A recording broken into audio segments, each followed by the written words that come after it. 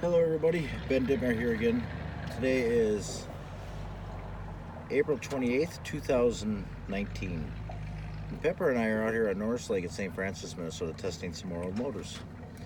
This is motor number 2 for today. This one's a 1974 15 horse Evinrude.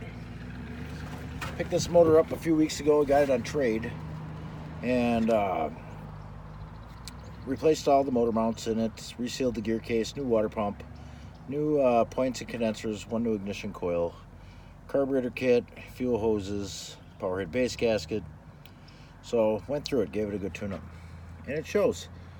I just did a GPS run on it, and I got 23 miles an hour out of it, so it runs good.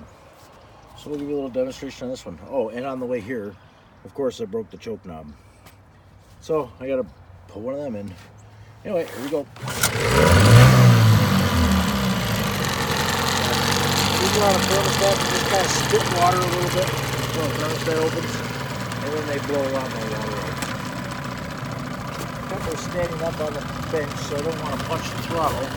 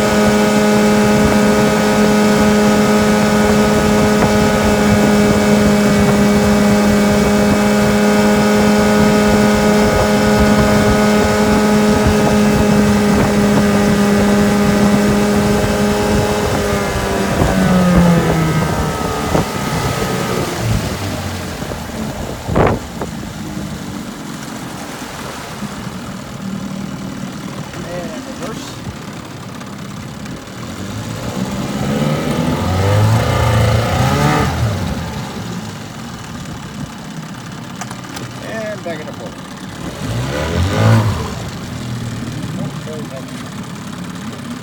Okay, that'll do it for this one. We'll get the next one on the truck. Thanks for watching. Bye.